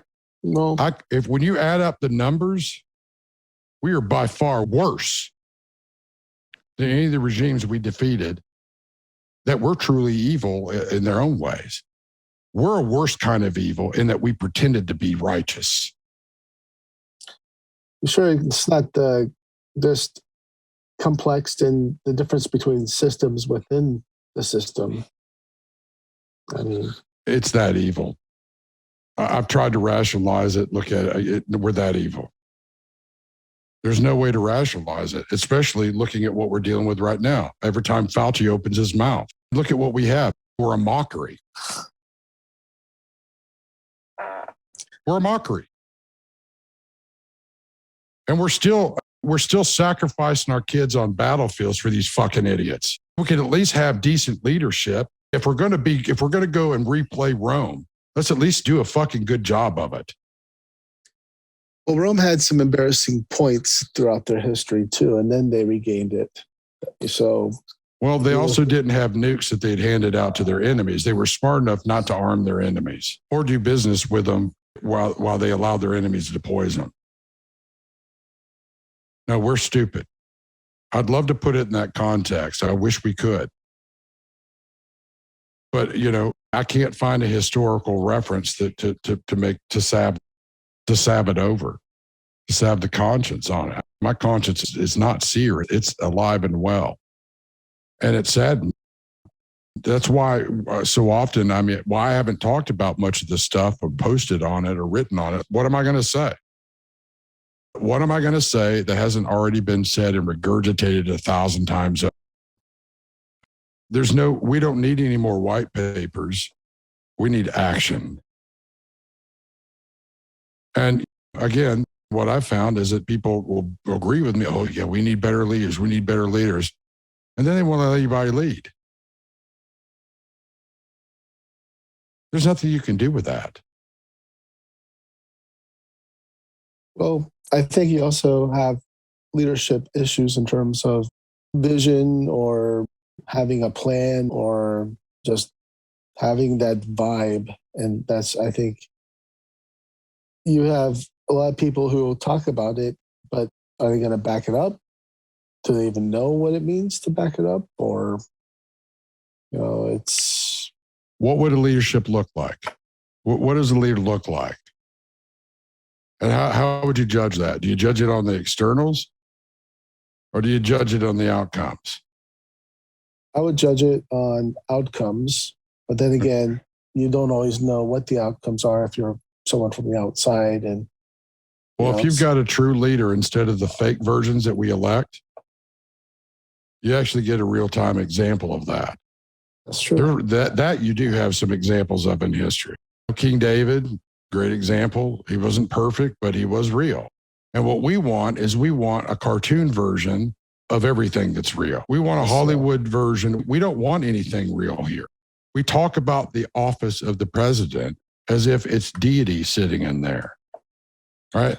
It's a fucking office. How are they a deity when they have all these people protecting their image of him so that he projects a certain way? That's why the whole thing is a sham to me. I don't believe in it anymore. I can't believe in something that's a mirage. especially when the Mirage is being used as a deceptive move to destroy the people. I can't buy into that.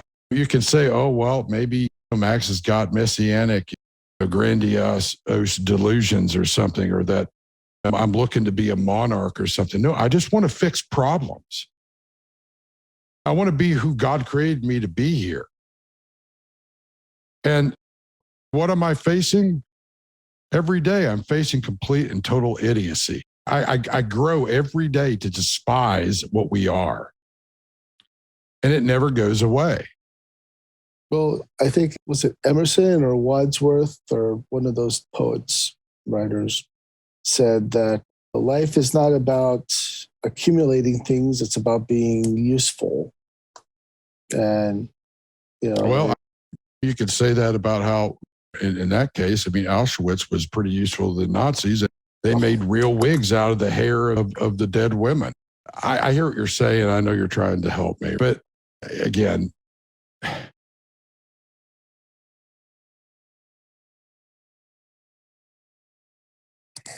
nothing other than people willing to stand up and take action will suffice. I'm going to D.C. soon. It may be the last time I ever step foot in that whorehouse, but I'm going there soon. And I can tell you what, you know, whenever I go somewhere, shit happens. And there's a reason why I'm going, and symbolically the day and the place and all of it's very important to me.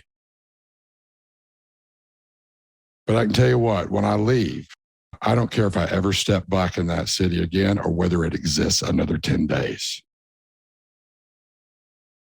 I don't. I would gladly be vaporized if the country continues the way it is going. Go out and have a drink and go up with the rest of Virginia in District 3 or Region 3. Because I can no longer tolerate what we are and what we do. I can no longer tolerate any of the political bullshit. There's some men that I appreciate and women that I appreciate that I have respect for. But for their parties, no.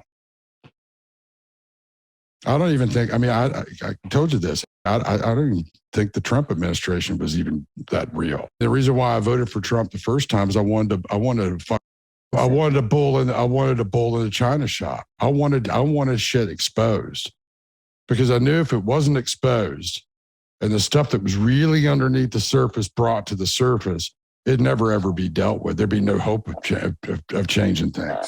Now I know there's no hope anyway to change it unless Americans actually want to change it. So I just soon get rid of it. If this was a marriage, I'd have divorced this bitch a long time ago. I would have, especially the way that she treats her kids, which would have been my kids. But when I put things into real world terms, I can't make any excuses up for it anymore. We give women who take the rights away from the men to raise their own kids, and these women are clearly mentally ill and practicing Munchausen syndrome by proxy on their children. And we put all that on the men? How about actually making a decision based on something other than what your sexual parts are? I hate this country for what it's become. And I have to tell you, Sam, it's not getting any better, and I'm not alone. The people that hate it right now the most are the ones that love the actual country and what it was supposed to be. And when that happens, you're done. And that's where this country's at. I can't tell you the last time I talked to a single person, boots on the ground. I say this all the time in meetings. I have not talked to the average person in this country that believes in any of this anymore. Not one. I've said that in talks before. I think people think I'm full of shit. If they think I'm full of shit, they can get off their fucking soft asses and take their $4,000 suits off and their Rolexes, put on a pair of jeans and a t-shirt and come out into the real world and see what they really fucking think of them. But they'll never do that. Many people will just figure out, those people would probably adapt to whatever new system comes out of whatever. No, I think that they want vengeance. Well, they would want that too, but they would have to create something new at the same time. Yeah. Well, I don't know. Maybe they're willing to do that. Maybe they're not. I don't know. God knows what they're willing to do or what they want to do. I don't know anymore about that. All I know is that none of these kingdoms were built to last forever. And I think that we're at the end of our lifespan. Now, is it possible that could change? I always leave that door open. I think it's still possible. I'm not going to, I'm going to think that there's a way to improve the situation here. I have no idea what it is at the moment, but I do think people, especially the ones who are waking up, I think people, maybe they're finding new life. I don't know. Maybe new meaning. Well, some are. That's the thing I always love about you. You're always looking for the optimistic thing. And that's something I really, truly respect and love you for. Hey, look, I never wanted to be a prophet of doom. I wanted to actually inspire people. But since my role is what it is now, then I just accept it. But there's always people that embody the real stuff. And when you meet them, they're authentic, they're real. They care about things, they care about people, they care about the true ideals that make a nation in terms of the idea of the country possible. And I know a lot of them. Unfortunately, none of them have any positions of power. And sadly, that's what it's going to take for the real thing to happen in any kind of form. Hell, we'd be better off with a damn monarchy that actually was competent than what we have right now. Proved our founding fathers right. We have the worst form of government for an unjust, amoral, and degenerate people. We're proving it. Now, can we beat that? And there are a lot of people here that would like to. Yeah. But conservatives are going to they're running out of time to stop being conservative. You can only conserve so much. And liberals are going to have to actually stand up for what the word means, for liberty. Or they're not going to have any. And there'll be nothing left to conserve. What you have here is complacency and complicity. It was brought up to me today. You tell me what you think about this. Well, what could people do? Well, first off, if somebody's trying to get you to hand your rights over to them, tell them to go fuck off. If you don't exercise your rights, they're going to keep taking them from you. No one's going to take my rights away. I tell them to go to hell. You know? Why is it works with me? You know?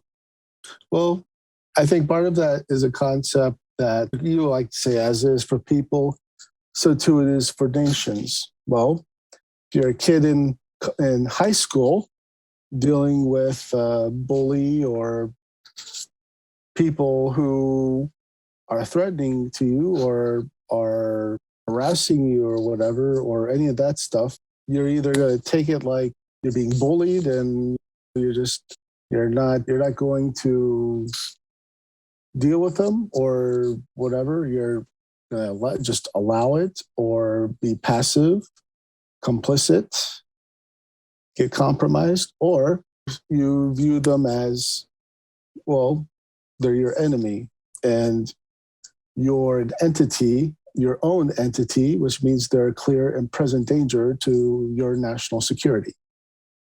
That's one way of looking at it. Okay. I like the metaphor in part, but here's the thing. Okay, so I've been talking about destroying everything and nuking the planet, and now I'm going to flip on a dime on you like I always do. Most people don't know how do I put this? When you understand what a bully is, you realize how weak they really are. You don't have to see them as an enemy. You can see them as a slave. That's a better way of looking at it. Because they're a slave to their own faulty perceptions, their own insecurities, their own fears, and chiefly among them being exposed. Nation states are like that. How many times have you gone back, oh, well, they really didn't have what they had. We hear about the Soviets, how they created the reality that, and they would, if they got in a real kinetic war, they got their asses destroyed, right? Well, I guess it wasn't good enough to win that battle. We had to actually build another enemy and hand them the ability to actually kick our own asses. It may cost us, but it won't be because we don't know how to win wars. It's because the leaders aren't there. And guess what? That's group 6, I think. Group 6, 36 stratagems, number 1, I think, or number 2. They wrote it right there in front of everybody. If I tell you I'm going to beat your ass every day, and you keep showing weakness and keep pacifying me and making me stronger, where eventually I can, I'm going to, if I'm a bully, that then becomes a real threat. That's what we've done. And it's because we're arrogant. We think, well, we can, there's all these ideologies. When people are, dude, if we did a real, let's say we went to the CSIS or we went to RAND and we actually had a reality check conference. And we actually called and said and told the American people exactly what happens and what these people are doing this for. No one would believe it now. Because the social contract is with a lie here now. And the truth of the matter is all of it's sham wow. All of it is mirage. And so the question is, right, which came first? Right? The elites playing the mirage or the elites creating the mirage? And I would say that's a little both, but It has a legacy. It does have a legacy. And that's not the kind of legacy you want to leave behind when you leave the planet and you deposit what you live for here into the dust of the ground. Can things change? Yeah. I'm seeing some positive signs of things. I don't want to see everybody as an enemy. If I see everybody as an enemy, then I really will want to nuke the place for real. And I have a hard enough time wanting to do that anyway. But as an act of mercy for the rest of us, so we don't have to live in the insanity anymore. But, they're slaves. But the problem is that the slaves are the elite, and they're making slaves out of everybody else. And this becomes like an exercise in what do you think is what's more valuable? Your freedom, your liberty, the future for your children, what you say you believe in, and the ability to actually live that out, or being nice and becoming a slave and being eaten alive. Because that's exactly what it is. Or taking the fuckers out. It's only 1%. Actually, it's less than that. Or at least capture them. Then you can decide who needs to die. Put them on trial. Nuremberg. This is what I tell people on the left all the time. Well, if you hate the elite so much, why don't you go and fucking arrest them? Why don't you show if you think you've got such big balls and you're so righteous in your cause, why don't you fucking do something? Here's a list of your own people you can start with. Well, they're ShamWow too. How about cleaning up yourselves on the right wing when it comes down to it? If you want to fix the country, it's exactly what I told you, Sam, the first day we ever talked. You got to establish a true middle. If you want to have any chance of this changing, something real has got to rise up from the middle. And it will uproot the fake shit. And it'll create a bridge for the people that want to actually come to the real thing. Otherwise, the options that you have are none of them are good, but you're cruising fast towards probably versions of all of them happening at the same time. Yeah. And I don't want to see that personally. But if I'm here and I have to do something, I can tell you what, I'm not the person you want to fight. And I'm not alone. I can tell you that to the point where let's just put it like this, you'd have a lot smaller military. And they're not going to win that battle either.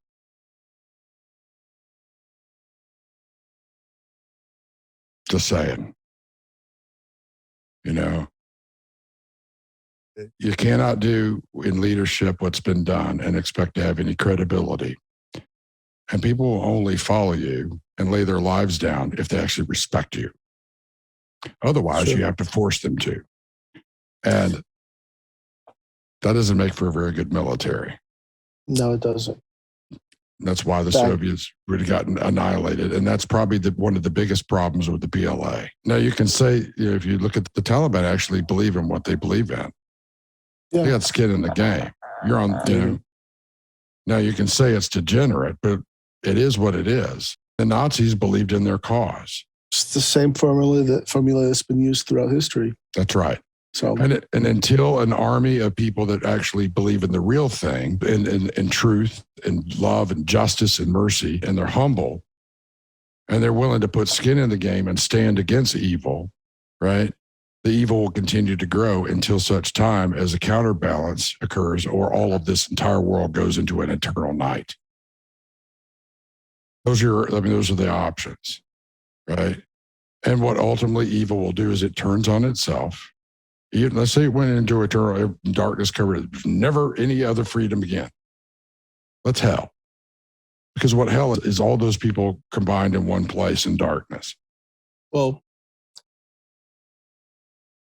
I think, people are going to see more darkness going forward, especially if you're going to have all these shortages, the prices going up, people losing mortgages and stuff. You're going to have to look at a lot of those, what are going to create major societal problems. Mm-hmm. And then a lot of those people who are going to get screwed, they have whatever ideology they're working with, whatever dogma they keep, they're focusing on, whether it's, how can you be politically correct and then become homeless? As a scenario, that could either just result in those people becoming more cannibalistic, or maybe they actually get humbled. I don't know. Well, that's a good point to be made. We do have some benchmarks in that, right? Remember I brought up the fall of Jerusalem in the early 70 ADs, in 70 AD. That's a worst case scenario. We're actually closer to that right now than people realize. And that is not good. We've got a lot of people suffering right now. Mm-hmm. And they're suffering, a lot of them are suffering through no choice of their own. Where's the heart of Americans to help? See, if you want to gauge where we're really at, look at the times we've been through stuff and look at who actually stood stuff up to help people en masse, and ask yourself why that's not happening this time. And then you'll see it start to make sense when you look in my eyes why I'm either enraged or I'm sad. Well, honestly, you have to go to the worst case scenarios. Look at, well, what if there is a thing as a collapse going on, whether it's in the country or in the world, where you have the economic, and then you have the social collapse, you have a new source for conflict. If there is such a thing as collapse, first thing you're going to get is people being less trustful. And then maybe eventually they become more trustful. I think the first thing you're going to get is you're going to get most of the people dead on the planet. Well, that is that too. Again, a lot of people may think that's being too harsh, and maybe it is. But No, because people are very reliant on a lot of things. And if it's people are used to finding access to information, and if they don't have it because they don't have electricity, they won't know how to get their own information. I would submit to you that most of them don't get real information now to begin with, having access to it. Oh, that's true. But yeah, I agree with your point. I mean, I think the thing that they would probably be most upset at losing is Netflix, not Encarta online or Wikipedia, which has apparently been so corrupted now that the guy who started it was on the other night talking about it's been totally wasted. You're seeing the signs of everything being demolished. And again, when you look at time periods like that, they're always at the end of empires. So what happened at the end of Alexander the Great's rule, right? Sometime between then and then the empire being split up, right? The Seleucids and, all the insanity that went on with the generals. And then ultimately the collapse of all that crap and the rise of the Roman Empire, right? Well, somewhere between those bookends, the knowledge base was destroyed. Alexandria, the Library of Alexandria was annihilated. And the great medical library, toxicology, or whatever you want to call it in our terms now, in Pergamum was destroyed. Of course, Pergamum was also where the seat of Satan is. How ironic is that? I mean, that isn't an irony, because that's exactly where the symbols for our medical system came from, which has nothing to do with healing. It has to do with, commerce and thieves. That's what the symbol is for. It's also on the flag of the Chinese customs, along with a key. How ironic is that? So again, people don't learn from history.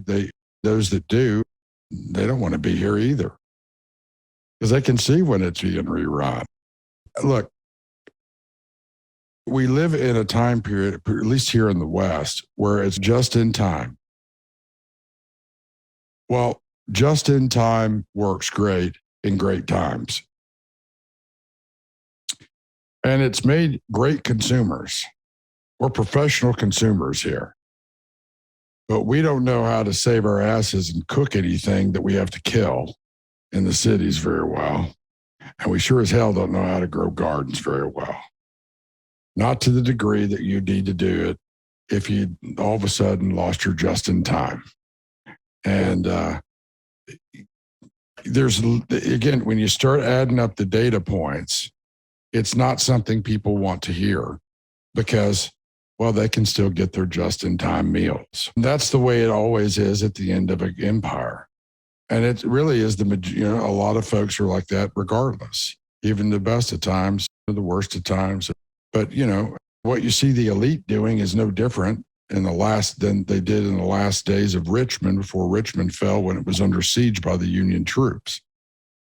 The elite there had these giant macabre orgiastic parties and lived it up. It's crazy. It's a great read. You can see why Edgar Allan Poe wrote. I mean, he knew the dark underbelly of Richmond, and you can feel it when you're there still.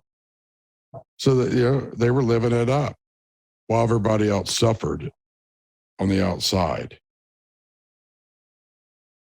So what does that sound like to you? Exactly what you see happening here. Yeah. And guess who set fire to Richmond on the way out the door?